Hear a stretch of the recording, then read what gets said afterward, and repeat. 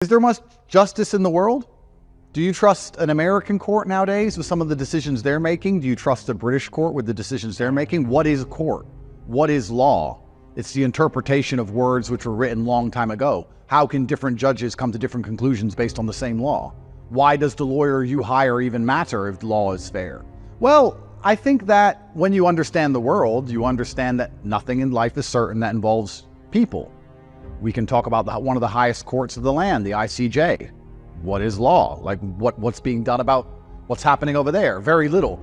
So if you've ever been in a judicial process, you sit and understand that innocent and guilty is certainly part of it, but there's also a bunch of other factors, especially once you get to a certain level of fame, when you become so well known that your verdict will ripple around the world and it will cause consequence for nations. Then you have to sit and say, okay, whether I'm found innocent or guilty is going to affect nations. It's going to affect how justice systems are perceived internationally. Does that mean they're 100% interested in what's true and what's false and what's fair and what's not? Or is there a narrative being played behind where they sit and say, well, perhaps he didn't do anything wrong, but we're going to look bad if we say he didn't, so let's just put him in jail. I'll get onto some of those points in a moment, but you've got civil court issues as well, accusers, and you've countersued. What would you hope to achieve with that? What happens when you reach a certain level of fame is that, and anybody who's been fortunate enough to move from the lowest echelons to the highest echelons will learn that anybody they've ever interacted with in their life is going to come along wanting some degree of money or help. And that's fine. But there's also a bunch of people who are bitter, who you perhaps knew in your past, who want to try and benefit off of your fame. And that's what happens. And this is not unique. This is not an experience that only I am going through. I think you can name nearly any famous man in the world and he has some form of civil charge against him for something that happened 20 years ago that he doesn't even remember, that probably didn't happen at all because somebody wants to finance their life off the back of you. This is just human nature. I should get them back. What is law? What is court? What is a judge? What is fair? God is the only judge. And I truthfully have forgotten about all of them. I think it's around 15 million euros of cars, gold, watches, etc. I don't consider them mine anymore. I've forgotten about all of them. There's very little in this life you truly own besides your heart and your soul and your state of mind. I think those are the only things you can own. You can put me in jail, but I'll own my state of mind. I'll smile just the same. That's my decision. You can't take it from me. And everything else they can take from you, because unless you have enough guns to defend it, and you'll never have more guns than the state, it can be taken. You don't own houses, you don't own cars, you don't own anything else. And if you annoy the government, they're going to prove that to you. Well, absolutely. I think that, in fact, I don't think it contradicts. In fact, I think it complements perfectly, because when you work hard to be the best version of yourself so you can protect and provide for the people you care about, you're pleasing God. And you do that so that you can wake up and show him the beauty of his own creation. I can be the best version of me. I can make the people around me have the best possible lives. I'm not going to sit and be lazy or not try. And I believe that's all about building your character. It's not even about the money. It's about being the best version of yourself. If all the money in the world was taken from me, that's fine, because I'm still been a person who's worked very hard, been very diligent, who's very intelligent, who can make it all back. And I've also enjoyed this journey of life, which has brought me here with the good and the bad. And I think the greatest sin a man can commit in the world today is being a fraction of what he could be. I think that's the biggest sin you can commit in the face of your creator. It's a good question. I think jail is just a hyper-condensed version of life. As a man, you have to show other people respect, otherwise violence will happen very quickly. It's the same out here in the real world, but in jail it's condensed, it's pressurized.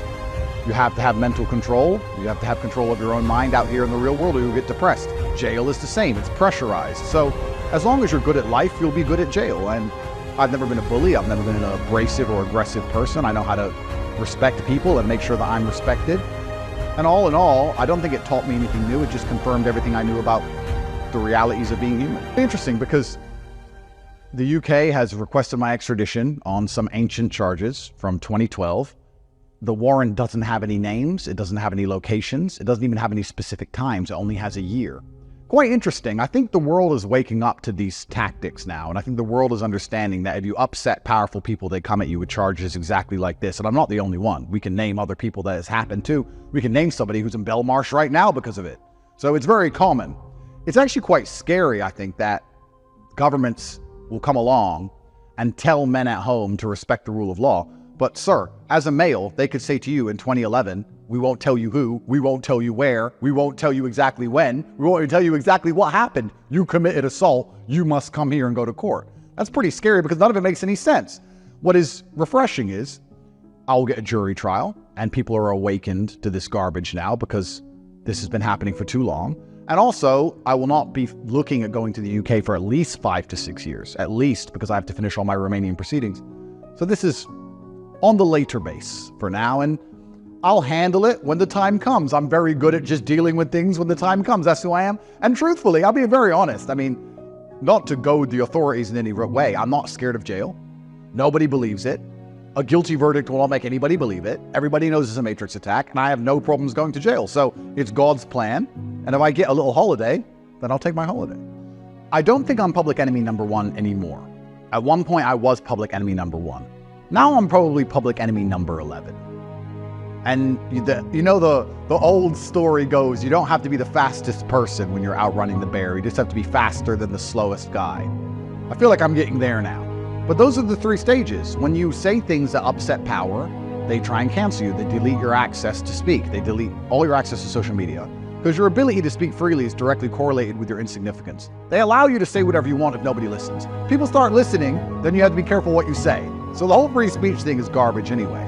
So they cut that off. If that doesn't work, then they'll find a reason to put you in jail, which they did with me. Somebody told them, find something. They made up garbage, and I'm not the only person it's happened to. And if that continues to fail, then yeah, they will kill you. Well, I don't operate in the realm of fear. I genuinely don't operate in the realm of fear. I have absolutely no fear of going to jail in Romania or Ring. I have no fear at all. I know I'm innocent. The world knows I'm innocent. Everybody knows this is a matrix attack. The idea that, and I can prove it's a matrix attack. I can prove it because would ancient charges from 13 years ago be trumped up and tried to press against me if I wasn't famous, if I was a normal person? Well, of course not. It's because I'm famous and they're trying to prove a point. They're trying to damage my influence. They're trying to damage my reach. The girls or whoever these people are, if they exist at all, want money. All of this is happening purely because of my fame. If my fame was in the hands of the establishment, if I was working for the MSM, like these other people who work for the BBC who've been caught being sexual predators, well, then it wouldn't be on the news. They're only doing it against me because I'm against the establishment. The whole thing's a matrix attack. It's all made up. And when you ask me on my deathbed, whether it's in jail or it's out here in freedom, are you glad you didn't sell your soul and fought against power for what you knew was right, even though they put you in jail? My answer is going to be yes, of course. I don't care about a big house and a bunch of cars. That can be taken from me anyway. But I care about looking in the mirror and knowing I am the man I said I was. So I'm going to say what I believe. And if they want to put me in jail for it, then they can put me in jail. It's very interesting, this whole legal system, the whole legal process. It is very interesting because, like I said, you stand before a judge and you said, my mother's had a heart attack. Can I go see my mother? Here's the papers. She's had a heart attack. She might die. I haven't been able to leave this country for a year and a half. Can I go see my mother? And the judge will look at you and go, no. And it is what it is. I mean, I don't know what to say beyond that. It's a very interesting scenario to be in. And this is where we go down to what's law, what's real, because there's a lot of judges who would have said, yes, that's perfectly legal. There's a bunch of judges who say it's not legal. You have one lawyer who says, this is illegal, they can't do this. Another lawyer says they're not supposed to do it, but they do it all the time, they get away with it. All of it is just words. And when you look at it, it's not just the legal system. You start to understand this entire world. It's just people walking into rooms and saying things. Government are just people walking in a room and saying stuff. An education system is just people walking in a room and saying things. The legal system, the medical system, just a bunch of people chit-chatting. So how it all plays out, I don't know. I think it's very clear that this world is run on deception. I think it's very clear that there are power structures which are designed to enslave the minds of people so they'll continue to allow their bodies to be enslaved.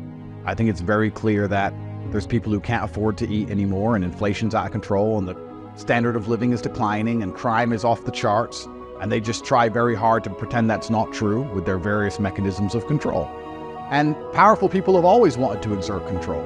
And when I fight against or resist these things, I want the world to understand that I don't even take it personally. Even though they've put me in jail, I don't take it personally. I have 110 people who work for me.